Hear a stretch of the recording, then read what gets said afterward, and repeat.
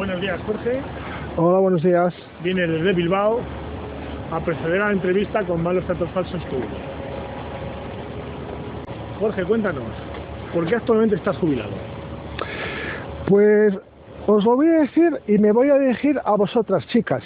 Vosotras sabéis que la conciliación de la vida laboral y familiar es un sueño que tenéis todas cuando mantenéis una relación y tenéis hijos, ¿a que sí? Sabéis que hemos avanzado algo en ese terreno, aún poco, pero habéis avanzado desgraciadamente solo vosotras. Un hombre, para tener conciliación de la vida laboral y familiar, lo tiene crudo. Primero, porque tal vez ni a él se le ocurre tenerlo. Segundo, porque las instituciones no ayudan. Y tercero, porque a lo mejor también vosotras consideréis que vosotras hacéis mejor las cosas y que mejor que los niños estén con vosotros, ¿no? Y porque tal vez el trabajo en la calle es muy duro. Os estáis dando cuenta ahora que trabajar en la calle, aun cuando no trabajes de minero, es muy duro, y a lo mejor es más cómodo trabajar en casa. Pues bien, a mí, yo, hombre, me comporté en eso como una mujer. Yo tenía custodia compartida, conciliaba mi vida laboral y familiar en donde trabajaba en Metro Bilbao, pero cuando llegó la crisis me dijeron que a trabajar como todos. Yo dije, no, eso es imposible. Yo tengo unos horarios, tengo una custodia compartida con mi hija y necesito un tiempo libre. Me dijeron, palabras textuales del jefe de seguridad de Metro: los hijos son de las madres. Olivier, tus compañeros divorciados no piden eso, ¿por qué lo pides tú? Dije, pues bueno, sé de que soy un ser extraño y no soy muy correcto. Como no podían hacer legalmente nada contra mí, porque era fijo, tenía mi contrato, tenía los papeles, por eso, chavales, casaros, para que después podáis tener papeles también de descasados y podáis exigir ciertas cosas. Como no podían hacer nada legalmente, pues acoso. Y el acoso laboral, de nuevo, la sociedad entra en juego. Mis compañeros divorciados son los que participaron en primer lugar. Las mujeres que trabajaban en el metro, divorciadas y que sí tenían ventajillas, callaban, me sonreían, me apoyaban con su silencio, pero tampoco decían nada. Les tuve que hacer una huelga a la japonesa, que no es lo que me estáis pensando trabajar más, porque yo os recomiendo trabajar menos, sino trabajar alegre y contento, entregándote a los demás, disfrutando de la vida, que solo vamos a vivir una vez. Eso les derrotó totalmente. Dijeron que eso era una locura, que yo estaba loco. Me llevaron al psiquiatra y el psiquiatra dijo, sí, este hombre tiene unos problemas de impulsos, que esto se llama, no, os voy a quitar la terminología médica, vamos al grano: exceso de generosidad, exceso de atrevimiento, exceso que no tiene miedo de nada. Ante eso, con 53 años jubilado. Y ahora, 7 años más a vuestro servicio. Para empezar, ¿quién es Jorge Olivier y de dónde son tus orígenes? Yo soy nacido en San Sebastián, de madre vasca, de allí, y padre alcarreño. Entonces, a los 2 años nos vinimos a Madrid, me he educado en Madrid hasta los 23, que me fui a Bilbao a trabajar, y allí me he quedado, allí me casé e hice mi vida.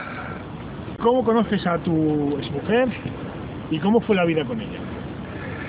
La conocí de una forma casual y aventurera, como es mi forma habitual de ser.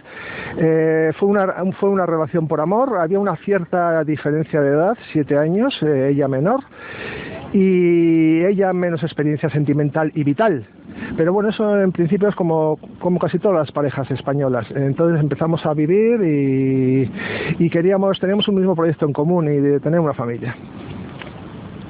¿Cómo y por qué te introduces, investigas y luchas en el mundo contra la ideología de género y en favor de la custodia compartida? Fue porque después de 18 años de relación, en el 2005, nos divorciamos. 1 año y medio antes de divorciarnos fuimos al servicio de mediación del gobierno vasco, que en mi opinión funciona bastante bien porque te da pautas para intentar no romper la relación, y si las cosas van mal, pues para hacerlo de la forma adecuada. En mi opinión y en mi experiencia, este servicio permitió, no arreglamos nada, y entonces volvimos al 1 año y medio para que nos separaran, pero nos separaran civilizadamente, de mutuo acuerdo. Y sobre todo yo pienso que esto sirve, sobre todo es muy bueno para los padres, porque las madres, cuando se divorcian, pues emocionalmente pueden estar tan hundidas como nosotros, pero saben que van a tener ayuda familiar, ayuda estatal. Nosotros no, por lo tanto es muy bueno que los hombres despierten. Y yo ese 1 año y medio, después de haber ido a la primera mediación, sirvió para que cuando yo me divorciara, ya estuviera espabilado, y pedí la custodia compartida. No se resistió mucho. Al principio me dijo aquello de: sí, te voy a dejar verla. Yo dije: me parece muy bien, pero es que yo no es que quiera verla como un derecho, es un deber que yo tengo, y es un derecho que tiene mi hija a que la relación esté normalizada. Yo quiero papeles. Yo he sido siempre una persona muy partidaria de los papeles, de los compromisos. Entonces yo dije: nos separamos, la custodia compartida no de facto, sino con papeles. Y así empezó. ¿Qué problemas tuviste en la separación respecto de tu hija y cómo os afectó a ambos? Tuvimos el problema de que al principio yo estaba despertando, como ya digo, gracias a la mediación, pero no estaba despierto del todo.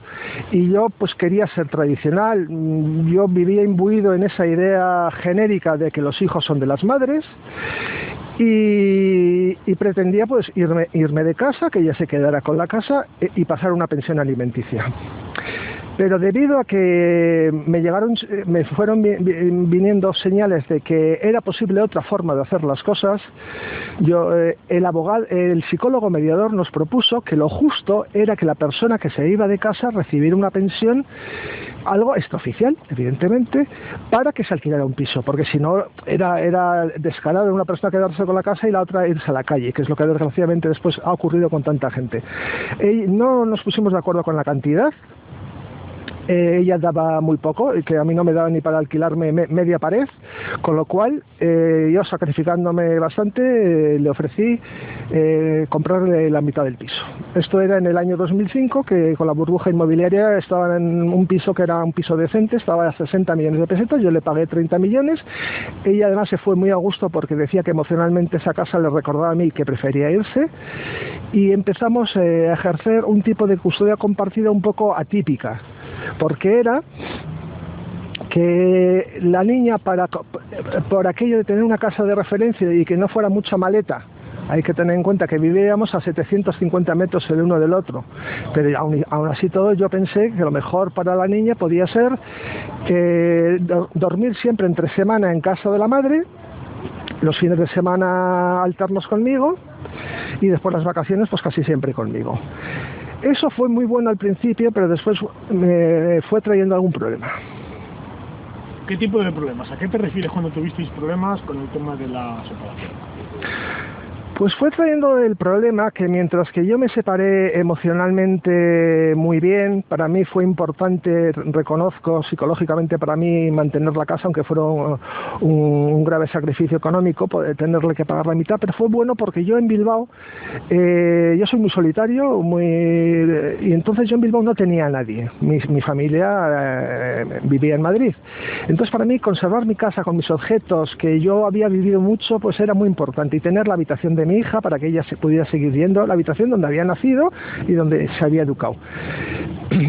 Entonces las cosas pasaron que a ella le sentó muy mal la separación, y la conciencia social, que es mi gran lucha en este tema, la que dice que los hijos son de las madres, la dijeron que Jorge se ha quedado con todo, se ha quedado con la hija, se ve que la custodia compartida es quedarse con la hija, se ha quedado con la casa, ella se quería ir y se llevó 30 kilos, pero bueno, la conciencia social dice eso de que los hombres no se pueden quedar medianamente igualitarios en un divorcio. Entonces le fueron envenenando amistades, sobre todo la familia política, que había sido una de las grandes causantes del divorcio, y eso llevó a que ella me empezara a acosar, a amenazar, y yo tuve que provocar una denuncia de género. En la charla previa que hemos tenido, dices que fuiste el primer hombre que estuviste en un divorcio express. Cuéntanos cómo fue.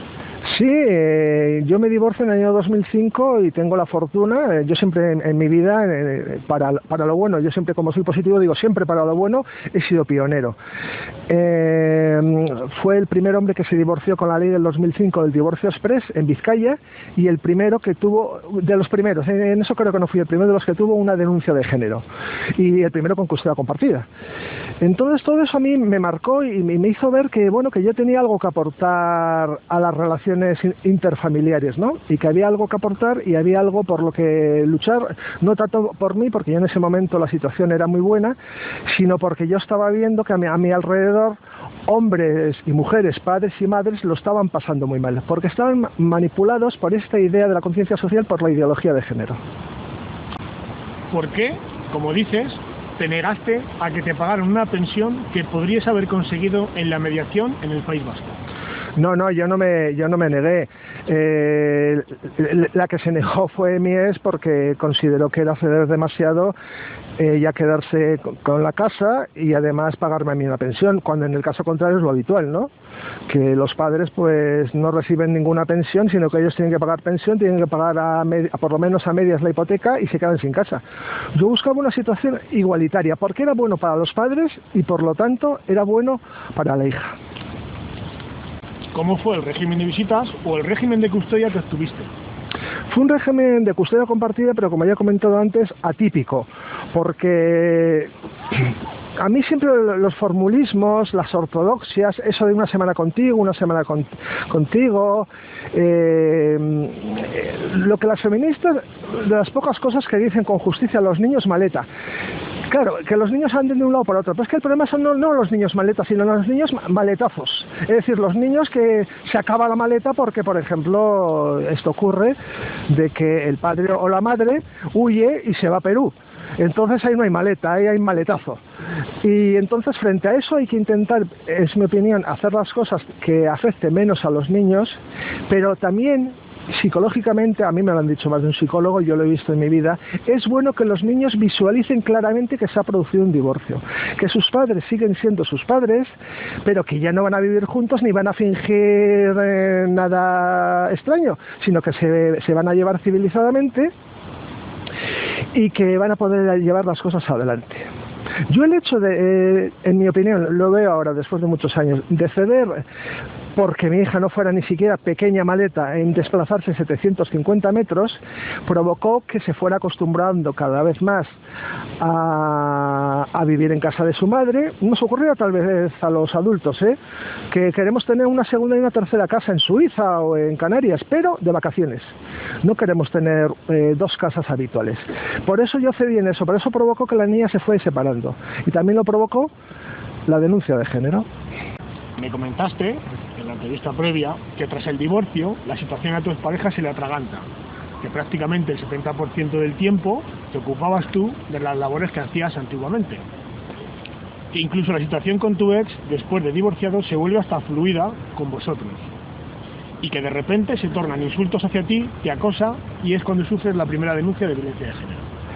Sí, la sufro por un hecho nimio, pero para mí importante, que es que esa familia de origen, esa sociedad que está continuamente no haciendo nada por la paz y por el amor, sino para meter cizaña, le empieza a decir a ella que yo me quedo con todo. Entonces ella se lo cree. Supongo que es porque el divorcio emocionalmente le ha sentado peor que a mí, yo me puse contentísimo, y eso provoca que ella un día que va a mi casa, porque las negociaciones, la custodia compartida implica tener que hablar mucho con tu ex, no solo hablar por el WhatsApp, sino hablar cara a cara. Y entonces en vez de hablar en un bar, que a veces ella me insultaba, pues yo le digo, oye, vamos a casa, que yo te saco unas pastas de las monjas, que a mí me gustan estas cosas, y ahí vamos a estar más a gusto. También se levantaba y se iba de mi casa dando un portazo. Entonces la situación se fue poniendo muy tensa, y un día que estuve en casa me cogió un marcapáginas. Me cogió un libro, yo se lo dejé, pero se llevó un marcapáginas, que yo colecciono marcapáginas de todo el mundo.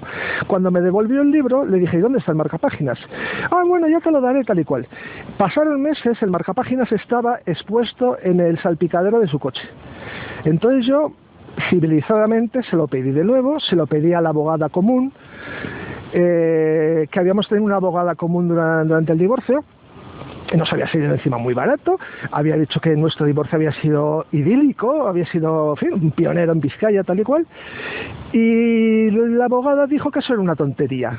Bien, pues la tontería acabó que yo, para que ella me dejara de amenazar, un día, sin escándalo público, en un sitio discreto, di un golpe en el limpiaparabrisas del coche y cogí el marcapáginas, recuperé mi marcapáginas. Bien, ella no me puso denuncia, Pero al día siguiente, cuando se lo contó a la abogada, es común, la abogada sí me puso una denuncia de género. La jueza, cuando se habla tanto que si los jueces son malos, que si los jueces... No, yo creo que el problema está en el sistema en general.